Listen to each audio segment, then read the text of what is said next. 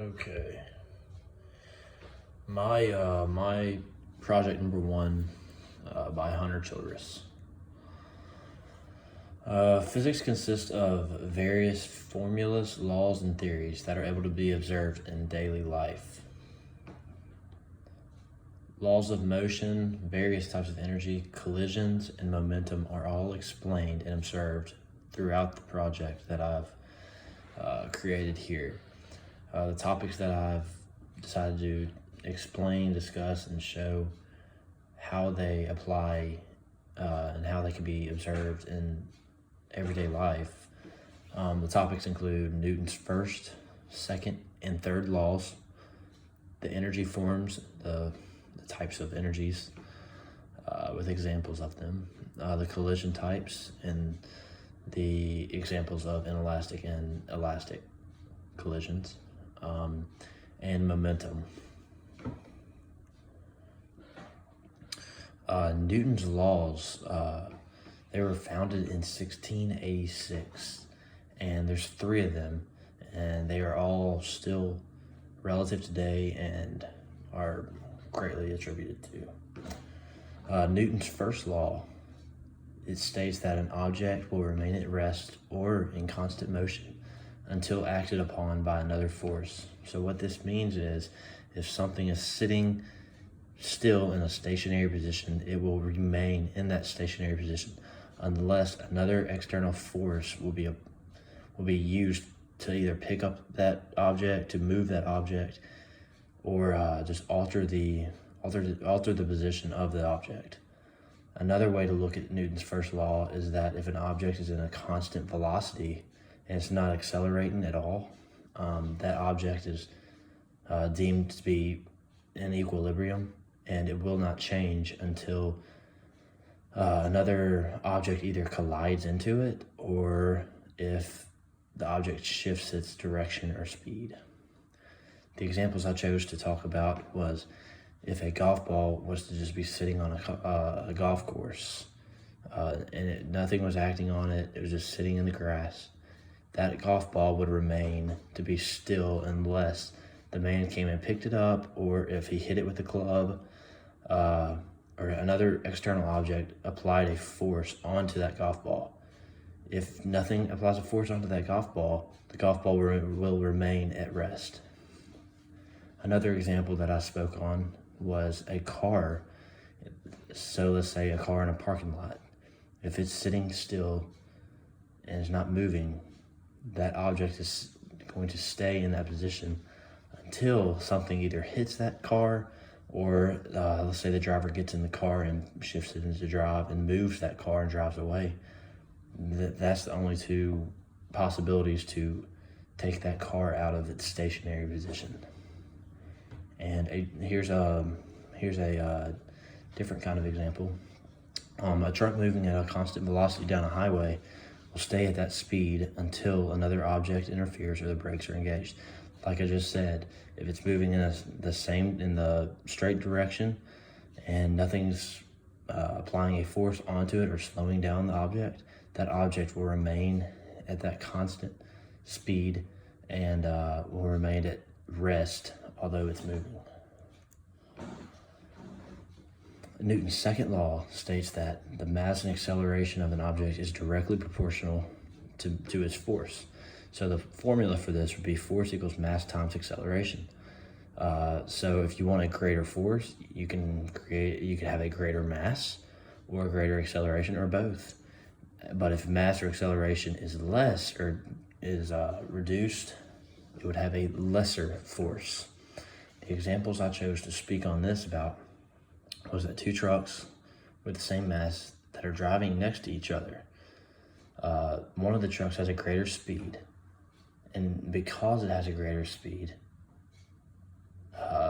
it will have a greater force, because like the formula states, even though cars may be the same size or the same mass, the one that's traveling faster will have the greater force because of its proportional to force. My second example is a 200-pound rugby player running at 5 meters per second tackles a 180-pound rugby player running at 4 meters per second.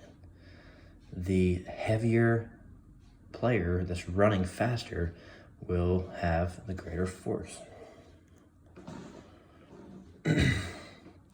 Newton's third law states that for every action, there's an equal and opposite reaction.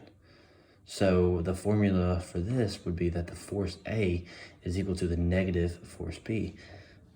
So if you apply a force onto something, it's going to exert the force back onto the object that first exerted the force. So an example that really helps me with Newton's third law is that pushing on a wall. That's my go-to example. And it just makes so much sense because if I push on a wall, the wall's going to push back on me with however hard I'm pushing on that wall. Another example that I inserted here is that if I tackle someone with 200 newtons of force, 200 newtons of force will also be exerted on me during the tackle. So the forces are always canceling out. If I jumped off the ground, the force I exert on the ground is also equal to the opposite on me. So let's say, for instance, a basketball player, when he jumps off the floor is exerting a force on him, which in turn allows him to jump off the ground. Now we move into energy. Energy is defined as the ability to do work, and that work moves an object against a force. It's always conserved and it's never created. That's known as the conservation of energy. It may be transferred into different forms, though. The two main types of energy that I decided to speak on here are kinetic and potential energy. And we will look first at potential energy. Potential energy is defined as energy within an object due to its position. So it's space in space is basically where its energy is confined. So the formula for potential energy is mass times gravity times height. So examples that I decided to, there's countless of them that I chose to put in my PowerPoint here, is a baseball sitting in the grass. A baseball sitting in the grass does not have much potential energy. Its mass is not very heavy. The gravitational force is going to be constant throughout everything that's on Earth. And the height of the baseball is not that high. So the potential energy is relatively low in this case. Yet it still has potential energy due to its position. A skyscraper in a large city, let's say for downtown, it would have a high potential energy because of its height is so high and the mass of the building would be so great. The potential energy would be much higher than that of a baseball. Another example of potential energy would just be a man sitting down on a park bench. He might not have much potential energy because the mass may be greater than the baseball, less than the skyscraper, but his height would not be too great, so it would be a relatively moderate potential energy. Kinetic energy is defined as the energy within an object due to its motion, whereas potential was due to its position. Kinetic is due to its motion, so it is in motion. Kinetic energy equals half mass times velocity squared. So it is directly proportional to mass and velocity. An example of some kinetic energies would be a football player running down the field. So the football player running down the field probably has a decent sized mass and he's running at a relatively high velocity. So his kinetic energy would be relatively high as well. Now, if you had a heavier football player running at that same velocity, his kinetic energy would be greater because of the proportion from mass to kinetic energy. Another example is a baseball that was just hit with a bat would be an example of kinetic energy, as well as a dog running in the yard.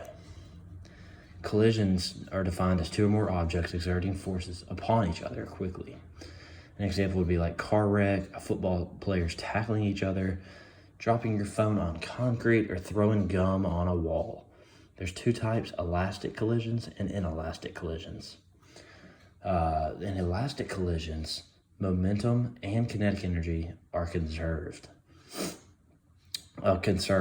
An example of this would be if you drop a bouncing ball from the top of a tree, which is a pretty high height, the ball will not lose all of its momentum and kinetic energy because the bouncy ball would come back up.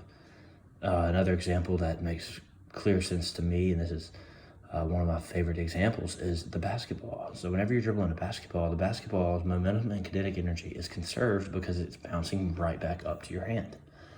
Inelastic collisions is when momentum and kinetic energy are released during the collision.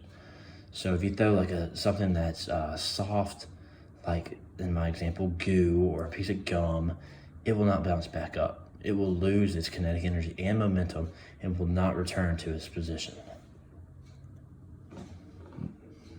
Lastly, momentum is the product of mass and velocity. It's directly proportional to mass and directly proportional to velocity. So the higher the mass, the higher the momentum. The higher the velocity, the higher the momentum, vice versa. An object with a higher mass or velocity will have more momentum, just like I said. An example that I chose to speak on here is a 150-pound man walks along a tightrope at 2 meters per second.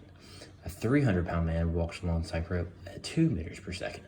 The larger man has the most momentum because his force is larger. So if you multiplied the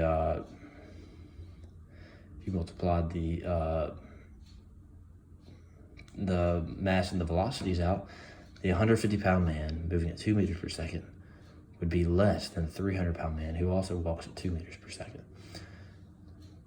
The larger man, if the 300-pound man was walking at 1 meter per second, they would have the same momentum because 150 times 2 would be 300, when 300 times 1 would be 300.